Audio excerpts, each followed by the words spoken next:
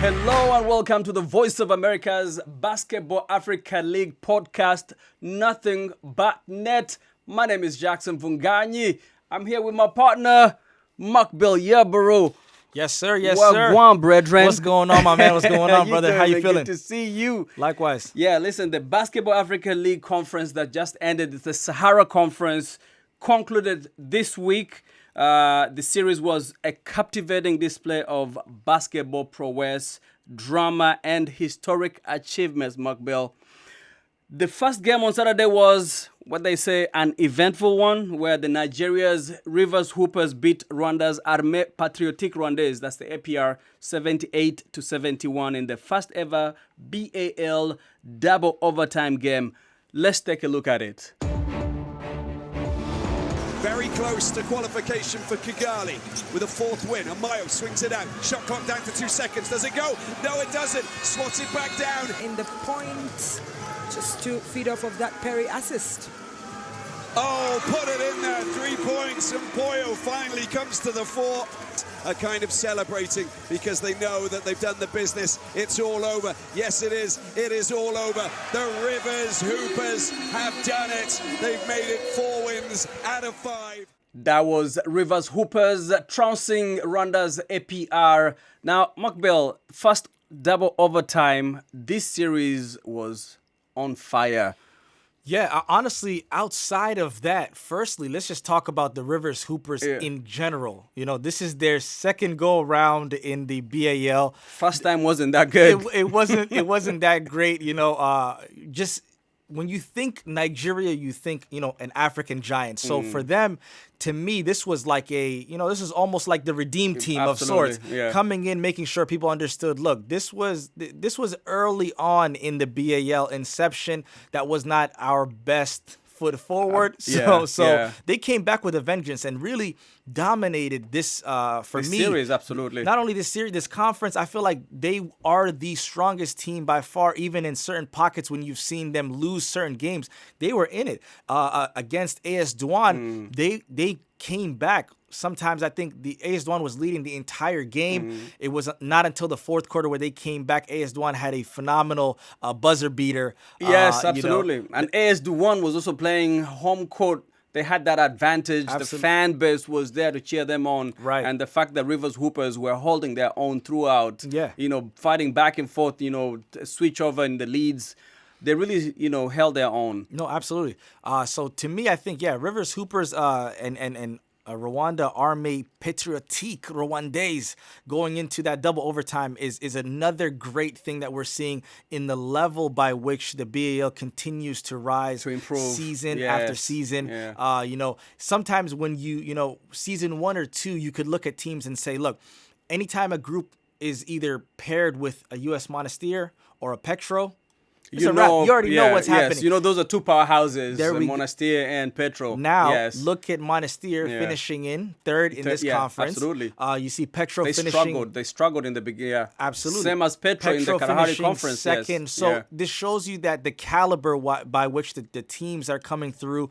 And, you know, shout out also to the coaching staff and the PR individuals that are putting these players together, right? Yes. Picking the right players to play, you know, some international players playing with the local players, making sure that these are players that are meshing chemistry together. Works. Sometimes, you know, picking these international players in the last final minutes before you go to these tournaments doesn't really work out well for you. Right. Because for a team to really work out, you have to have team chemistry. Right. And that is developed over time. It's a function of time. You have to come in, practice, play around, kind of just, you know, vibe with everybody, feel their energy. And then when you go to the court, you will know, you'll understand the plays. And in the last 3 BAL series, we have not seen that. We've seen guys who are coming in and do very well on an individual basis. But when it comes to the team as a whole, the team is not doing very well. So it doesn't matter if you as a player have 40 points or 50 points.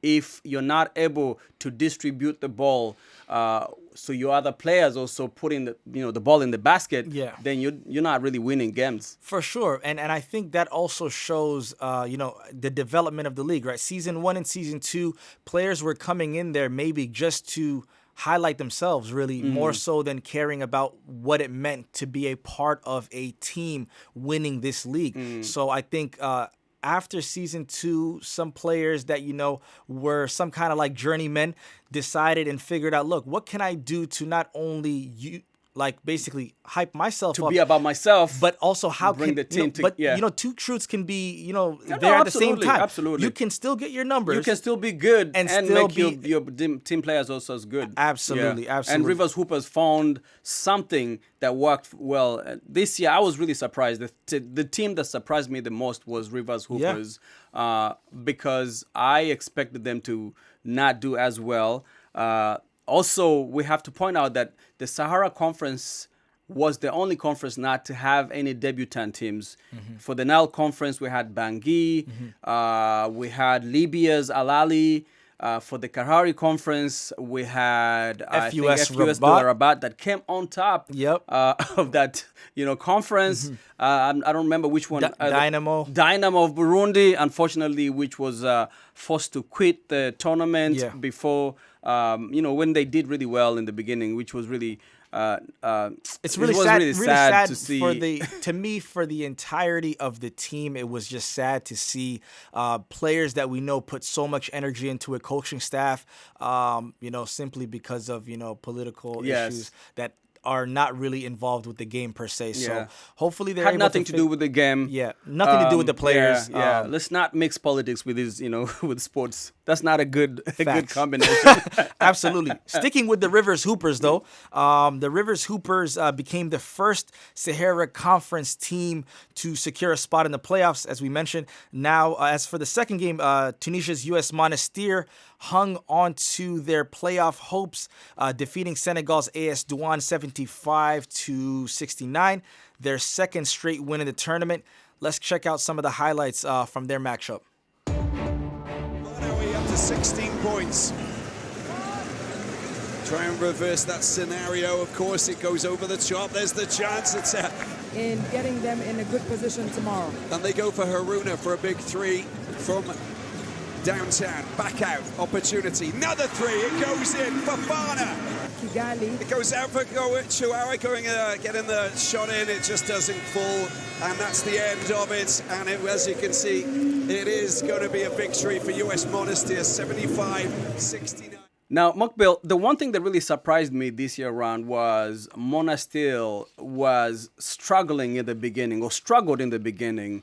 And I expected it as a former champion. They have tested victory before. They're a basketball powerhouse, but they were losing out to teams that previously they used to easily beat. Like you said, back in the day, or a couple of years ago, if a team was paired by Monastir, with Petro de Luanda, with Al Ahly, they're in trouble. Yeah. But this time around, these guys were coming and holding their own. And Monastir had to really tap into whatever reserve, To be honest, though, Jax, I think to me, this showcases the difference on what it means when you continually keep bringing the same players or the same team to a league of this caliber now, right? Season 1 and Season 2, there isn't that much film out there watching and seeing these teams play together. I'll give you the same exact example, right? Petro de Luanda and the US Monastir team. Seasons 1 and 2, they were basically the Angolan national team and the Tunisian national team, right? Now, these guys have been playing together for some of them 15, 20 plus years. Correct. That's why you see some of the older players that were on the Monastir side as well as the Petro side. Chemistry means everything in games like this, in leagues like this. The problem is when I watch film on you, and I can now see what a player for Petro, maybe like a Moraes, loves to do. He loves to do this Carlos move. Moraes, yes. Right. These are his then go-to I know where to moves. go next. Yes. There we go. So Yeah. now what we do is we just make sure we get Moraes out of the game and make somebody else beat us. Similarly on Monastir, it was similar, but then I also feel like come Season 3 for US Monastir, a lot of their players ended up, I wouldn't even say necessarily retiring, but maybe just stepping away from the game. And then that took a big hit on them as well. That's true. That's true. And you did not see the chemistry that you saw in the previous tournaments. Right. But year 1, 2, and 3. Yeah. Because they had a lot of these journeymen come in. That took away from definitely from Monastir, but they were able to rally back and come back. And they're going to Kigali. Shout out to Chris Crawford, Yes. who did extremely well last year for AS Douanes. Like we said, some of the journeymen. He started off, I believe, his BAL career with AS Sali, the Moroccan side, season 1, and he's made his way out through it. But he's always been one of those guys that has been very impactful. He makes the teams better while still highlighting himself. Yes, So absolutely. it's like he does it the right way, where he's not taking away from the team, he's adding to the team. So I was when I heard that he was playing on the team, I was expecting them to play really well. Their very last game, I believe, him and Majok both. Majok is another phenomenal player. Absolutely. I tell Majok. Majok put up 18 and 16, bro, against the Rivers Hoopers. 18 points and 16 rebounds shows you what he does. I would be scared of any team that has Majok on their roster for sure. Oh yeah. Phenomenal players, man. Absolutely. And on the last day of the Sahara Conference, it was a race for the 2 remaining playoff spots. In the first game, US Monastir got the victory against Rivers Hoopers, 73-62. A historic comeback for US Monastir, who was down 0-3. Like we said, they struggled in the beginning, but they finished with a 3-3 record. Let's check out some of these highlights. Stalled attempts by the Rivers defense, and they could find themselves in with a glimpse. They found themselves before in that situation. That's a big score coming in from Adami, and very much the player who's been standout for US Monastir. Another long range shot going in, hits it. Mr. Crawford, who wants to stand up. Eke for 3, goes up. Oh, and it's in. That's a big score, but I think that the buzzer, and he was out of time, 59 points to 73.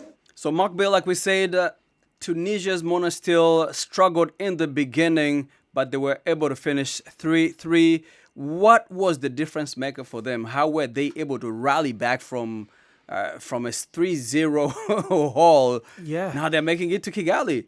So basically, it just goes to show you the 3 teams that because the way that it works is every team plays each other twice, right? Right. So they lost to everybody once, and then they beat them the second time.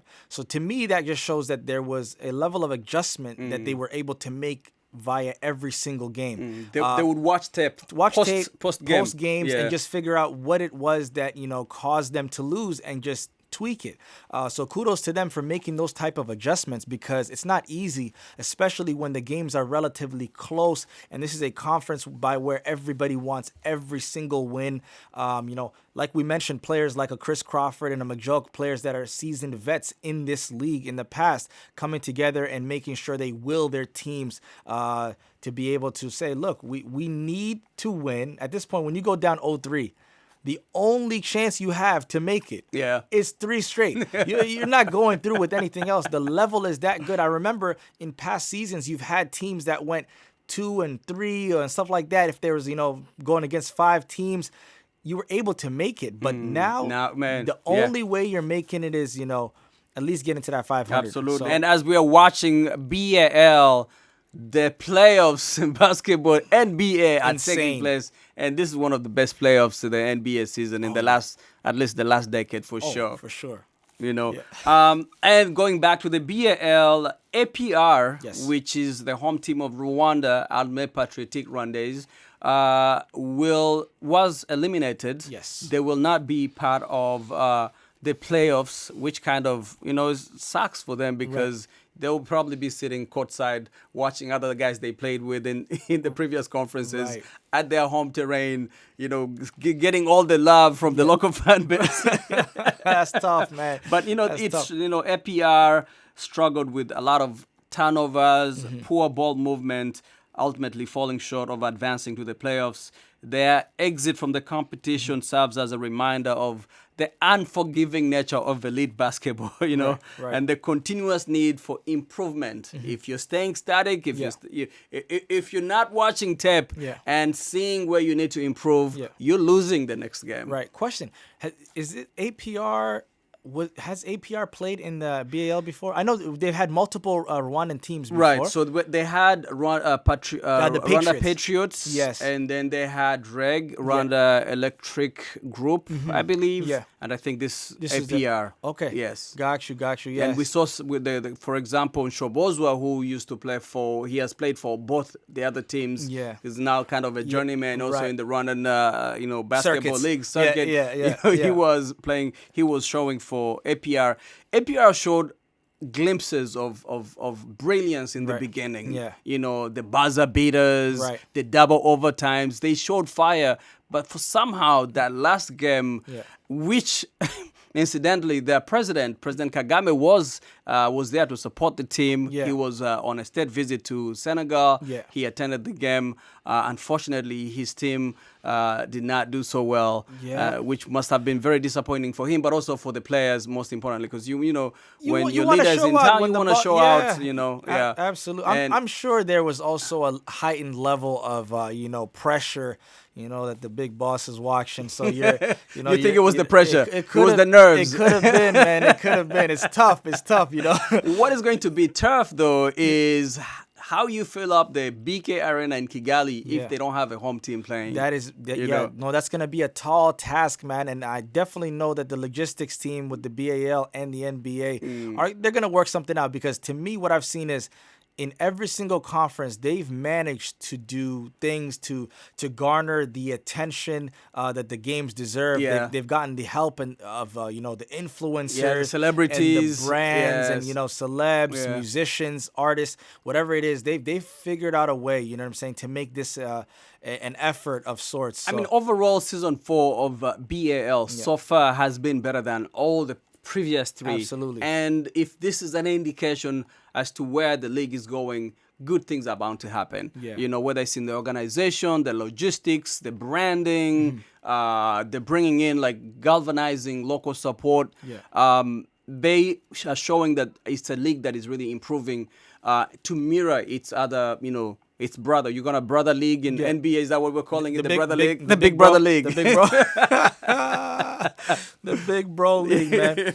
But yeah, as we were just talking about these games, that if we want to just take a look at it, final spot for the playoffs went to AS Douanes, the local side, who beat Rwanda's Patriotique 79-54 on their own turf. Let's take a look. Fofana floats one.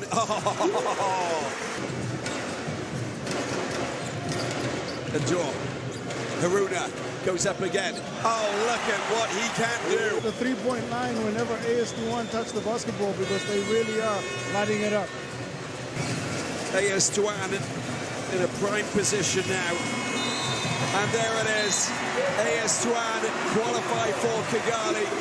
This is the moment that they've been waiting for. Yes, man, absolutely. So, Jackson, question.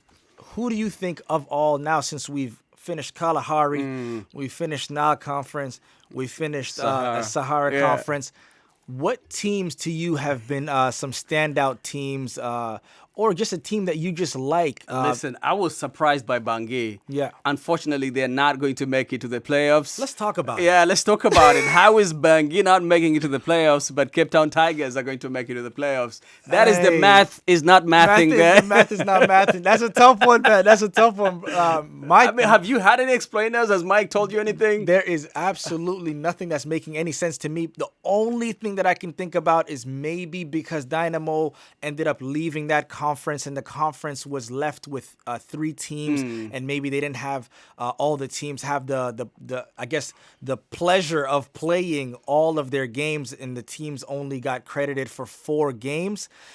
That's the only thing I can think about. But even with that, let's say if all of the games were redone, or none of the games that Dynamo played counted against anyone, then that means that Cape Town Tigers' best record could have been 3-3 as well. 3-3, absolutely. But so they would still have been at the bottom.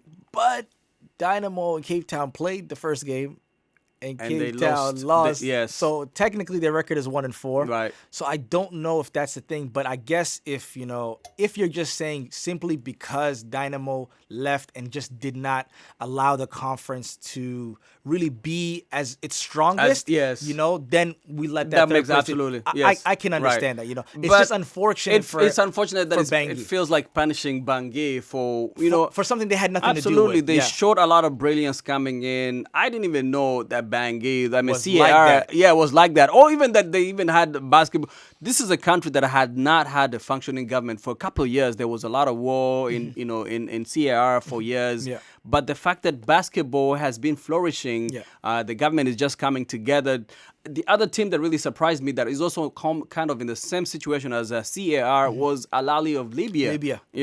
Where we used to have issues with which Al Ahly is playing. There's Al Ahly Egypt and Al Ahly Libya. Yeah. But Al Ahly Libya came in. They had the resources to bring in some great players that are also part of the journeyman cohort of the BAL, and they're going to Kigali. Right. So those two debutant teams, Dynamo had, the first game they played, they won it. Phenomenal. Really well. So I would have loved to see them do. They surprised me, but I also would have loved to see them go to the playoffs. They really deserved it. Yeah, to me, if I'm watching any teams, I'm saying you got Al Ahly, defending champs, have the best record coming out of the groups, 5-1, having only lost one game.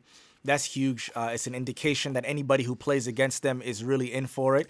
Outside of that, I would say FUS Rabat, man. Yes. FUS Rabat, debutante team. Nobody really was expecting them to do much, and they come out at the top of that group, leading Petro, and what we said about Petro, we speak about Petro in the highest regard. They're a team that continually has shown their level of dominance. It's in elite team. In this, not only in this league, but really on the continent. Angolan basketball really is a thing. So shout out to FUS Rabat. Absolutely. So the question is that, are these other teams getting better, or teams like these powerhouses getting not as good as they used to be? Whether there's a decline locally, whether it's in organization-wise, the coaching staff, or resource-wise, or the other teams have actually done better to improve their gameplay? I think what it is for me when I'm looking at it is that the teams like the Petros are not really changing their personnel. So their personnel is staying the exact same, which is a majority of them are to me, it seems to me like they are if I was to say, the Angolan national team, right? So if you're looking at it from that perspective, everyone else is getting to watch film and watch them. So from that aspect, I feel like everyone else is kind of changing. Yeah. Yes. In case you're just joining us, my name is Jackson Mvunganyi. That's Muqbil Yabarow. We are doing our BAL, Basketball Africa League podcast, Nuthin But Net. Like we said, after losing their first 3 games in the conference, US Monastir of Tunisia, one of the basketball powerhouses on the continent, demonstrated resilience and determination, beating every team they had previously lost to in the first round. Their resilience and ability to bounce back from their round exemplified the spirit of competition and determination that is really defining the BAL right now. We've seen teams lose in the beginning, and they are able to rally back in the last couple of games. Yeah, no, absolutely. I think, to me, US Monastir has shown, what it means basically to be in that level. Like, to me, being down 0-3 and then coming back and winning your next 3 games shows me the level of resilience that they've given us and they've shown us. So I'm going to be very interested to watch them in the next rounds. Yeah. I'm very excited to see what it is, what it's going to look like. But Rivers Hoopers also has shown us a level by which we have not seen Nigerian basketball in the past. So absolutely, kudos to them as well. And let's go to Kenya, where women basketball is gaining popularity, with many professional players signing up from various African countries. Aminata Samaseku, a teenage basketball player from Mali, and Grace Irebu, her teammate from the DRC, are emerging as professional basketball stars in Kenya's Women Basketball Premier League in East Africa. BOA's Josephat Kioko has more from Mombasa in Kenya. Let's check it out. Aminata Semaseku is a professional basketball player from Bamako, Mali.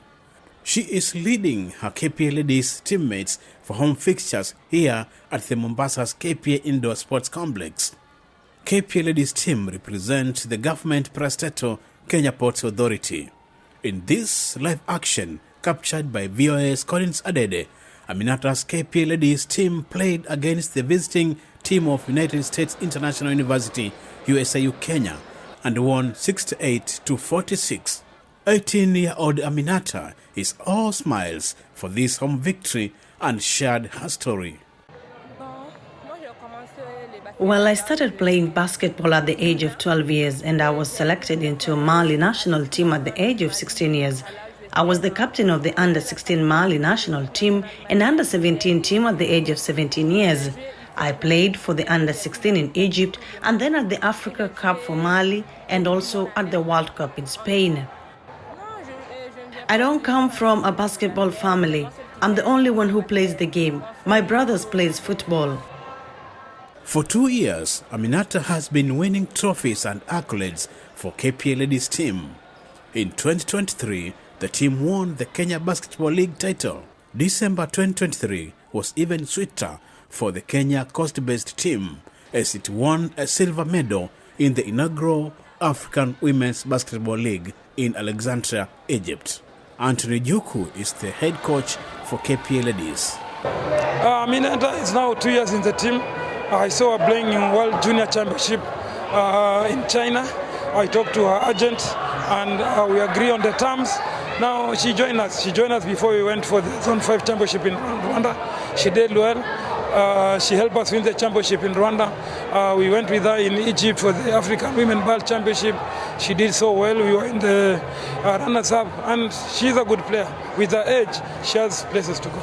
The FIBA, the International Basketball Federation website, has published Aminata as a Malian point guard player who has played for her national team for 3 years now, including for the Youth World Cup. This year, a new player joined the KPA ladies team as Aminata's friend and teammate. Grace Irebu, a former student of St. Thomas University in Manila, Philippines, hails from Congo, DRC. Yes, I like the way she's playing, and we have a good combination because we practicing here together, me and her. So we know how to, even when I see her, she know what to do. She know how to play with me. So the way she's playing, she's so she's so young, but she have more experience, you see. So I like playing with this kind of players.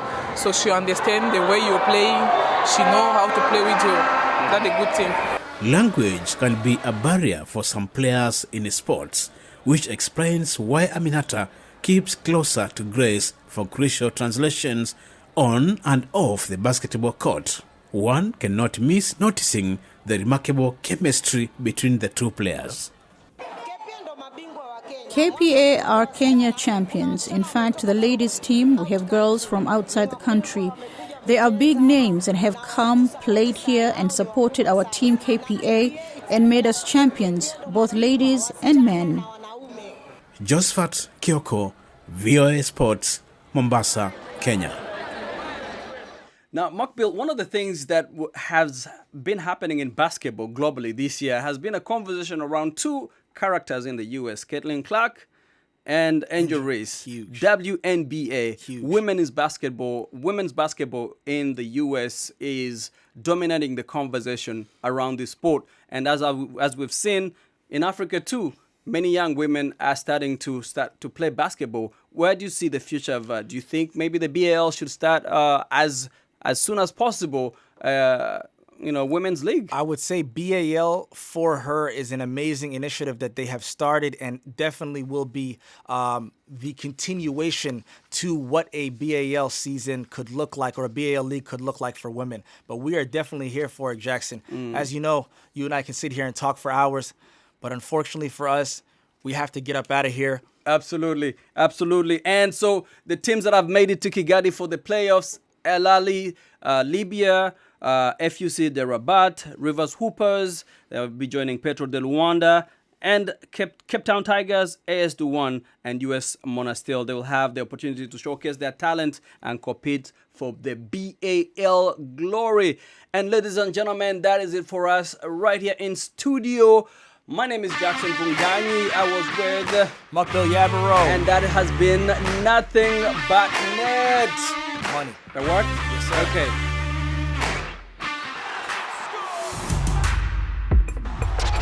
Season 4, rockin' with the